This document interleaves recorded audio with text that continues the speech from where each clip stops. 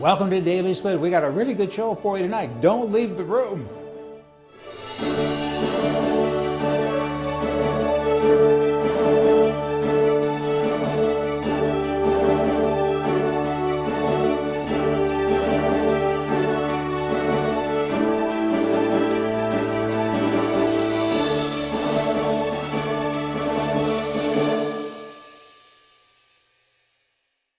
On our show tonight of Daily Split, we have Right Business, and the section tonight has been dedicated primarily to interesting religious kind of ideas and concepts, I guess, that are in the news lately. So you should find that entertaining and amusing. And we also have Right Edition, and that's about politics, right-wing conservative politics, and some of the crazy things that go with those from around the world. And in our interview section tonight, we got a really interesting person. You'll have a good time watching that, I'm sure. So stick with us for that. And then in our House of Common Sense, we're taking kind of a shot tonight. I'm stepping away out there. We're going to be talking about Muslims, their religion and their culture and what they mean to Canada. And we're going to touch on it as much as we can in a short period of time.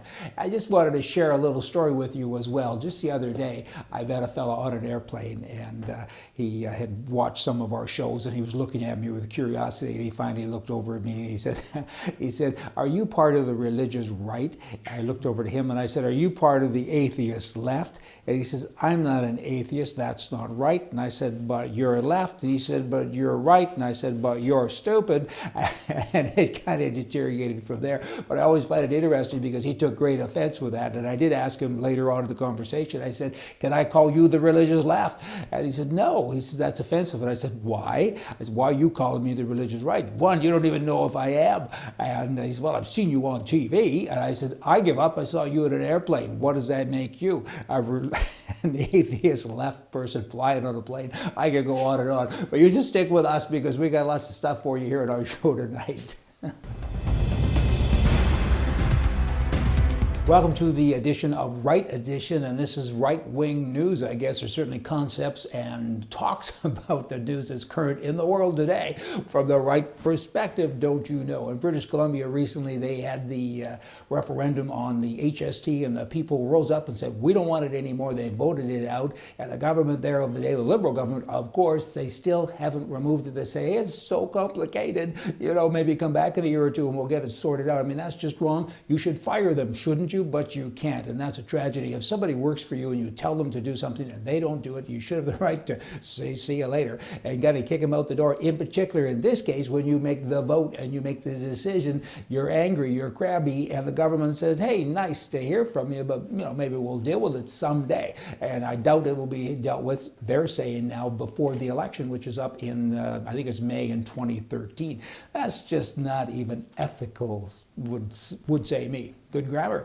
I've always said about white people and black people, we all have our color. So what? People are colorblind. Who cares? I mean, culture blind, not so much. But what's going on in our country and other countries too is just disturbing to me. I was on an airplane recently flying from Toronto to Edmonton, and Global TV on the WestJet plane had a story, and it was about Black Business Initiative in Nova Scotia, and it went on to say, if you're black, you should do this and so on. And we have black contests for beauty queens and everything else. Try doing that with white business. We have a white business beauty or white pageant. I can't talk because I'm getting worked up. I mean, that's just wrong. We'd all be in jail. They'd throw us so far in jail you gotta feed us with a slingshot. I mean, why? Why is our government doing that to us? I mean, what is going on? Why do you have to have black and white and everything else? It's just about people, and it's just not right because we're always the bad guy. White's not a good color anymore. Hey, just saying. You never know if there's something in your drink with Pepsi. Here's kind of a bizarre thing that recently happened. A man in Madison County, Illinois, he bought a can of Pepsi, and Mountain Dew actually, and he said he found a mouse in the can. He got it out of a vending machine, so he poured it into a styrofoam cup, and there was the mouse. And the Pepsi people came over, and they took the mouse for evidence. And they didn't bring it back. They said, "There's no mouse." And he said, "There's a mouse." And they said, "Look, if you had a mouse in there, the pop, the soda, would have eaten it all up like acid. It would all be gone. It would just be a little bit of jelly left, so there couldn't have been a mouse. And if there was, you wouldn't have known." Not a really good PR thing. It kind of makes me laugh because you're opening yourself up there for a lawsuit, I would think. You're going to have all kinds of people now saying, "Oh, I got an ache, and I had some Pepsi, I had Mountain Dew, and that acid in there must have got me." And then Coca-Cola came onto the scene. a guy that used to work there, and said, I put a nail one time in a glass of Coke, and it came back in a week, and the nail was gone. I don't know if that can be true, but certainly it would be rusted hay. TV companies now, have you noticed in television, even this show that you're watching, commercials often are louder than the actual show. And it's been a distraction and a disturbance to people for many, many years. And people have been going to the government and saying, hey, it's your job to look after us instead of all these silly left-wing things you do. Why don't you try to look after all the good guys? And they finally have. They've now put a law into place. This is in the U.S. It's coming to Canada, but it's not here now. But out of L.A., the Federal Communications Commission has said within the next year that it has to be the same tone. So when the movie or the show ends, you don't have somebody screaming at you to buy a toothbrush or something such. So it's going to keep it. So if you leave the room now, you won't hear what's going on. Italy, the Italian prime minister now is seeking to tax Catholic properties. This is the Catholic Church owns all kinds of real estate, and we want to tax it now. And if you want to support the church, do it on your own time and your own dime. Because we're broke, we need money, we're left-wing, we spent all the money wrongly and incorrectly. That's what left-wing people do. And now we want to tax churches. That ain't right. Maybe. Hey, we'll have more Right Edition news for you from the right next week here on Vision. So you all come back and enjoy the rest of our show.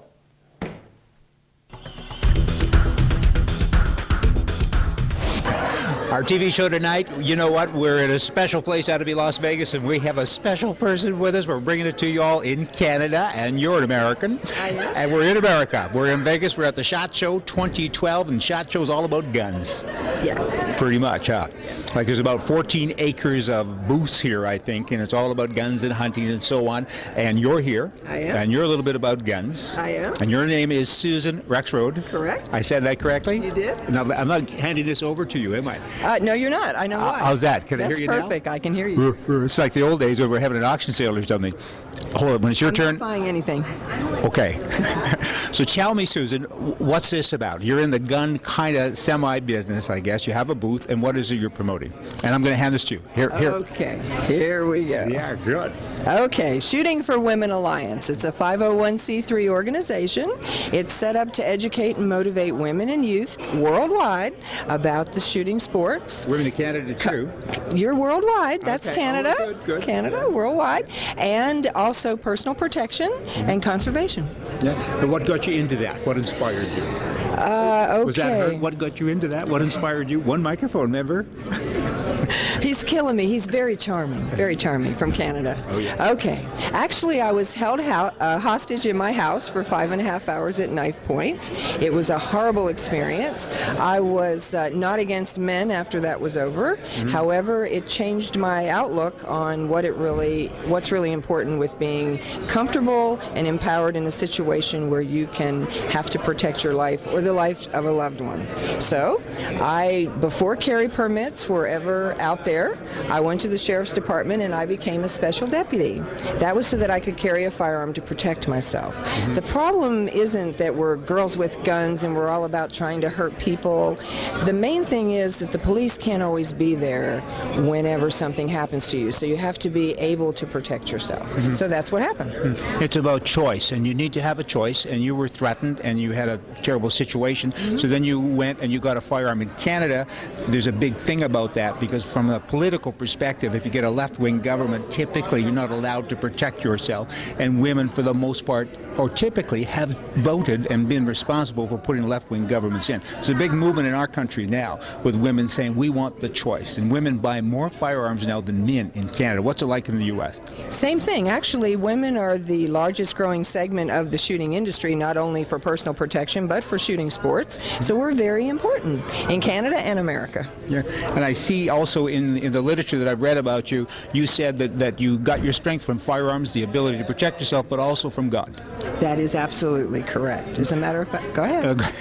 The sharing. And what role did God play? Your faith. Tell me about your faith. Okay. Oh, boy. I've had a miracle. I've had numerous miracles, actually, in my life, but one specifically due to cancer. I was completely healed of cancer in the shower, and that's okay, I guess. I guess it's but okay, that's where sure. it happened. Yeah. I'm not going to go. I'm just going to listen. And at the time I had cancer, I was doing a magazine for women nationally.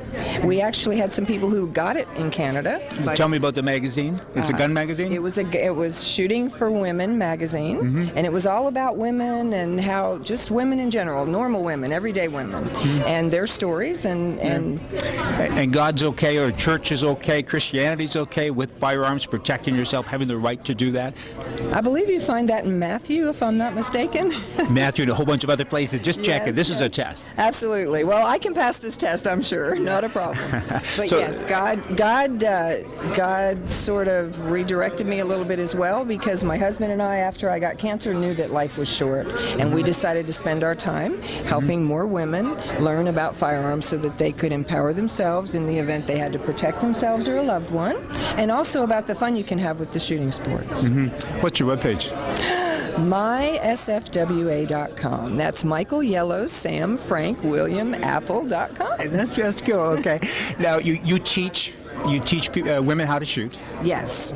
We also offer free carry classes for And women. a carry class for the Canadian audience, that's not a familiar term as much as it is here. Okay, it's for being able to have a permit to carry a firearm concealed, so that in the event you have to protect yourself or a loved one, you have that firearm available. So if it ever happens, you're ready. That's the idea. Yeah, would you please send our Prime Minister a letter, a little note? Maybe we can do that together, and we'll talk to him and all of the gang, and we'll get this passed, okay? I'd love to help you get that passed. Yeah, I bet you would. Okay. Tell me more about your Christianity viewpoints, I guess. Not viewpoints so much, but with regard to what you do. I understand you've also had a ministry. Yes. My husband and I, we do something called Backyard Adventures in Christ. It's a puppet ministry for kids. It's like a hour-long worship service. It teaches kids about life.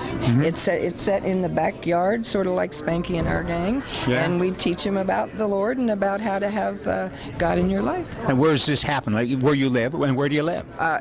We live in Tennessee. Yeah. Vol country, but Y'all? you're from Canada. Yes, that too. Yeah, okay. Yes. First time I said y'all, about passed out, but it gets contagious. It does get contagious. I pick up on that every now and again myself. So Mon Self. Hey. So tell me a little bit more about this show with regard, like what brought you to this show? Actually, the National Shooting Sports Foundation supports us because we're a 501c3 and because we know what women What's want. that mean? 501 what? 501c3, not-for-profit company. That's a legal term, I guess, in the U.S. Where you work at a law firm. Your husband's a lawyer. He is a lawyer. Yes, we help people save their houses from foreclosure. Yeah, because a lot of that going on down here too. Yes, it is. It's a ministry for us as well. Yeah, make sure the wrong people don't have the wrong guns. Huh? Yes. Okay. So with regard to women, for a woman to shoot a firearm, what's involved here? Like in the U.S., do you have to take a course, a proficiency course, or what happens? Okay. It's actually a safety course because the whole object is to be safe with firearms. Yeah. It's more important that you're safe for not only yourself but anyone else that's around you. So you take a safety course. You have an instructor that teaches you how to load the firearm, how to unload the firearm, how to shoot the firearm, how to clean the firearm, but more importantly, how to use the firearm safely. Now, is there anything different, though, with women and men? Like, I have a concealed permit in the U.S. I actually have two, one in New Hampshire and one in Utah, and I'm a Canadian. Figure that one, huh? Is it pretty much the same course, though, for a woman? The woman takes the same course. The difference is we actually teach women from a women's perspective. The good news is, well, the bad news for you, good news for us, Yeah. is that we actually outshoot the guys very I well. know about that. I had to throw that in, just a little I know. I shoot Just with shoot women. better I than know. you It's guys. embarrassing. We're having a good time. I know. I read recently that in the United States, which I think is pretty much North American-wide, that every 6 minutes there's a rape. Yeah. Yeah, that's a startling stat. Yeah. And women should have the choice to protect themselves if they choose. I know I'm doing some repetition here, but I'm trying so hard to get this into the Canadians' head because it's just so important to me that a woman have a choice. We all have wives, daughters, Just so that you'll know, at the time I was held hostage in my house for 5.5 hours, I did not have a gun. My thing was this. I wished I'd have had the choice. Yeah. You never know if you're going to use it until the time comes, but everybody deserves the choice. Kind of like it's be ready. Well, yes, it is an equalizer. Yeah. You know, it's an equalizer. What is that saying years ago? God created man, and Samuel Cole created man equal, or something like that. You know. Now it's women. I know, and you outshoot us. I get it. Yeah, I get just it. want to throw that in there. Yeah, I know you have a couple times. I'm getting it now, really good. Okay. Believe it or not, though, just so that you'll know, and Yeah. if you're especially trying to talk to Canadian women, you need to realize that normal women need to be able to protect themselves. It's not all about being a gun chick. It's not all about being, like, even if you love the Lord, and you know, you don't have to beat people people over the head with a Bible. It's all in how you are and what you do and what you say in your life. Same thing with a firearm. Crazy people don't do crazy things. Well, Bad people do bad things. There you go. Guns that right? don't kill people. People that are bad kill people. Yeah, and good people need to have the opportunity to protect themselves. Exactly. And again, in particular women. I mean, imagine being in a parkade at midnight and you work late and you're going to get in your car and some great big guy crazed on drugs or whatever comes up to you. You need to have that right. I just want you to know the racking sound or the ch-ch of a shotgun is not going to stop them. No. It's your ability to be able to stop them yourself. You have to be able to stop them yourself. Yeah. If you need to do that, it's pulling the trigger. It's not the noise. So don't think that that's true, because it isn't. It's about you anyway. It It's is. not about them. It's all about you stopping them from hurting you. Exactly. How many women would attend a class? Oh, for us, a lot. We usually have 70 to 100 in a class that we do. Yeah. But we're real popular. Yeah, I know Most you are. classes I have know. like 25. Yeah, and you're a certified instructor? Oh, yes. Yeah. You're going to come to Canada to help us? I want to come. Yeah, you do, huh? Okay. I absolutely do. We want you there too. That's great. We're getting close to wrapping it up here. Is there anything you would like to share with your friends in Canada before we sign off, Susan? Okay, a couple things. First of all, ladies, know this. There are other ladies out there just like you who are just normal ladies. They just want to protect themselves. As a woman, you have this natural thing to be a protector. You want to nurture your children and protect your children. And if you'll know that there's nothing going to stand between you and a child in the event that something's happening. So the only thing a firearm does for you is help you have a little more power. It's a little more muscle. It's a little more way for you to be able to successfully take care of your family and your loved ones and yourself. It's really bad. It's really bad to be afraid to carry a firearm because you're afraid that somebody is going to sue you or do something like that. Think of this. It's much, I have no cliches that I use except for one. It's much better to be judged by 12 than carried by 6. Oh, that's well said. Much. And spiritually, if anyone has any hang up with defending their lives or the lives of their loved one, that's covered. God says it's okay. God not only says it's okay, but he says you should. Okay, he says you should. He wants everyone to be okay. He doesn't want bad things to happen to people. He wants you to be able to protect yourself. Yeah. That's what he wants. You're his child. You're his loved one. Cool. That's what he wants. Memberships? Do you have memberships? We have memberships, but I'm going to tell you what I'm going to do for you. Just because he's charming, what are just you because gonna he's do? charming, Isn't that nice? I don't know. Yes, just because come you're on. charming. Oh, come on. We're going to let any of your readers from the website, any of your viewers from TV. Canada doesn't matter. We have some Canadian Canada members. matters. No, what I mean is it doesn't matter that you're from Canada. Canada's very important. I want to come there. Anyway, I'm going to say to you, you can give away as many memberships to Shooting for Women Alliance as you would like, free. Right. I don't care how many. Right at dailysplit.com. Do it now before we run out, Give you right? a code, a special code. You're going to give a code that we're in turn going to give to them? That is absolutely right. This is good. Let's say Great. see ya. Hope to see you. Okay. Soon. Bye-bye. Thank you. Right Business. I want to share a whole bunch of stuff with you here tonight, and it's all about churches and what they do with regard to business. It's actually pretty interesting. I want to start off with, it's not so much business, but it's kind of fun and it's not very long. Watch this short clip with me, okay? It's about cell phones. Cell phones are irritating in restaurants and churches, so many places. Have a look. Welcome, and thank you for worshiping with us today. For the consideration of those around you, kindly turn off all cell phone, electronic, and messaging devices at this time. If your device should go off during announcements today, in addition to your regular weekly offering, you will be fined $25. Should your device go off during prayer concerns, the fine will increase to $50. If your device goes off during our sermon today, you're going to hell. Remember, God wants your complete attention. Thank you, and enjoy the service. Westminster Presbyterian Church in Burbank, Sunday services at 9 and 10:30. No shoes, no shirt, no service. Kind of cool, huh? He being the pastor, he distributed that to all the people in his congregation, and he said, pay attention. I wonder if they did. Prayers and Ink, here's a place in Michigan, Flint Township there, and they've opened up a tattoo parlor inside its church doors. They said, we need the income. People are getting tattoos anyway. Maybe we can, one, make money, and maybe two, we can convince them to get tattoos that have something to do with spirituality. You know what? Why not? I mean, they're trying it. You got to be rigidly flexible today, I guess. Faith-based cupcake shop has now opened up in Tampa. Told you this was all about churches here tonight, right? And they're selling these cupcakes. They're saying, you know, they're spiritual, they're this or that. If we take the money, we put it right back into our church, and they're making money. If you're going to buy a cupcake, you might as well buy from the place you're supporting. And, you know, that support's kind of paying off. This one is a little bit over there, but I'll tell you about it anyways. From telephone poles to store receipts to a cheesy snack, people have claimed now to see images of Jesus in so many different places. And so, you know, this guy has, I guess he's drawn his divine inspiration from the marketing perspective to a toaster, and he has made them Jesus toasters. He's out of Vermont. He's an entrepreneur, and he's capitalizing on the hunger of all. Hey, and it's $31.95, and you don't have to wait for a miracle to see Jesus' face on your daily bread, because it's on the toaster. It's called Burnt Impressions, and it's, you know, again, he's an entrepreneur. You got to give him credit. He's doing 50 to 100 toasters a day. When I say doing, I mean selling. Big business. And here's a place in Charlton, West Virginia. It seems to all be stateside, but they had what they call the Jesus Fest event. And this is in keeping with business again. They get money donated to them by so many different people, and they make money. Also, and the city's now stepped in and says, we're not going to do this anymore. The American Civil Liberties Union has come along and said, hey, you know what? Your time's up. So they've, you know, not allowing it. Let me end the business with a short little prayer for 2012. It's still a new year. We're still kind of close enough to it that we can say Happy New Year. So here's the prayer. Work with me. My prayer for 2012 is for a fat bank account and a thin body. And God, please don't mix these up again like you did last year.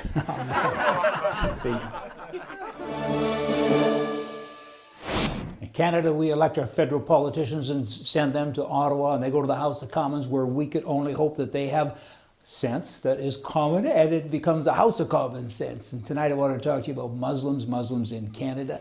There's a lot of Muslims in Canada. There's a lot of Muslims everywhere in the world. Do we have an understanding of it? I don't know that we do as Canadians. They're new people. We welcome new people to our country typically, but there's a lot of questions that come up all of the time with regard to the Muslims that we have in our country. And so many of us as Canadians are looking for answers, and it's up to our politicians, I think, to provide those answers to us. And what's going on right now in so many different places in our schools, you have Muslim children. The girls have to enter from the back doors. The boys get to go into the front doors. The girls are regulated in buses to the backs of the bus, and they have separate classrooms at certain times of the month because they're considered to be unclean, and so on. It's just like being in the Middle Ages, and this is disturbing to so many Canadians because it's our culture here to not be that way. And these people have brought their culture to our country. Is it all of them? Is it some of them? I mean, you have female circumcisions and so many other things that are going on that we read about all of the time. You have Muslims in Winnipeg recently in school where the parents came in and said, we want to pray 5 times a day, pardon me, and you have to move the desks here and you have to do this and that. I mean, it changes so many things. I mean, the religious leaders in our country, or the political leaders, I should say, in conjunction with the religious leaders, have gone to great lengths, not always with religious leaders, but certainly a lot of it, great lengths to take God out of school. And now he's coming back in a different fashion and a different religion. You know, the liberal-minded governments of past and the Muslim Canadian Congress, they work to install the new rules. Now, is that everywhere or is it just somewhere? I want to share with you now a short clip. It's just a couple of minutes long that was done in England. And England has a lot of Muslims. More than 5% of the population there now is Muslim.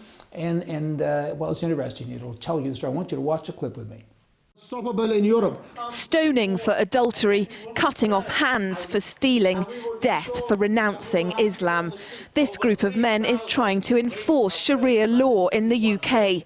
They've started a campaign to make certain areas of London and other cities Islamic law-controlled zones, starting with Walthamstow, East London. Muslims will be commanding good and forbidding evil, presenting Islam as an alternative to the Muslim and the non-Muslim community. Ultimately, we believe that Muslims can live together, trade according to the Sharia, resolve their problems according to the Sharia, and even police themselves to a large extent. Hopefully one day to have Islamic Emirates which will have authority locally, security locally, and even provide welfare locally. Chowdhury and his friends are fly-posting parts of London with large Muslim populations. They want to ban drinking, gambling and playing music. And they say they've got bands of young men ready to patrol and enforce Sharia law by any means. These Muslims say British society is broken, riddled with drugs, crime and prostitution. Because of that, they firmly believe members of the communities they're targeting will welcome Sharia law. But the word on the street about the campaign tells a different story. Comes down to, if you don't like the laws of the place you live, find somewhere where you do appreciate the laws, and all of these things are completely legal in this country. This is not India or Pakistan, this is England. We've got our own laws. People haven't got a right to come in here and bring their laws in here. Councillor Martin Easom agrees, saying this could destroy community cohesion. We've got squads going around the borough taking down the posters as soon as they're put up, because we do not want these posters around our borough. They do not represent the views of our borough, and they have no place in Waltham Forest. Citizen equality campaigners say the Sharia supporters shouldn't be considered a religious movement, but a far-right political organisation with a poster campaign designed to divide and conquer communities. Their danger lies in dividing people, dividing communities, creating mistrust, and particularly from non-Muslims towards moderate Muslims. I think this is part of their aim, is to create mistrust. So they can then turn to moderate Muslims and say, look, everyone hates you, we're your friend, turn to us. Undeterred by opposition, Chowdhury and his group plan what they see as the beginning of an Islamic emirate, not just in the UK, but all over Europe. Police have mobilised to take these posters down as fast as they appear, but Chowdhury and his group say they formed bands of vigilante enforcers to make sure Sharia is adhered to, verbally or physically. And in other parts of London, women have already been harassed for not covering their heads. If these Muslims ever get their way, I won't be able to dress like this on the streets of Walthamstow or many other parts of London, Brussels, Rome and Paris. Now, will that come to a country near you? I mean, I have friends, good friends, who are Muslims. So, I mean, I'm not here to judge anyone, but I look to my government to be able to I don't know, work with me, work with all of us, ensure that the people that come to our country come and embrace our culture and not try to change it so much by being radical. Is it radical in England? You make that decision, but what's common sense? Our government needs to make sure that they have common sense. See ya. And that ends another show, another program of Daily Split. I mean, the time goes quickly when you're having fun. Y'all come back next week, a week from right now. We will be back. This will be the end, though, a week from right now. Come back a half hour before this time. If you want to watch us anytime between now and then, go onto our webpage, www.dailysplit.com. From Monday to Friday, we have fresh content there every day, every one of those days, from Right Business to Right Edition. That would be all the parts about politics and so on. And watch us too on Facebook and follow us on Twitter. And we look forward to your comments. Send us an email anytime, all the time. And with regard to this show that was on tonight and any other television shows, we have a TV tab on our webpage. So you can go there and have a look and rewatch the show. Rewatch, was that good grabber? And watch it again. Do whatever you like. And again, we look forward to seeing you back here.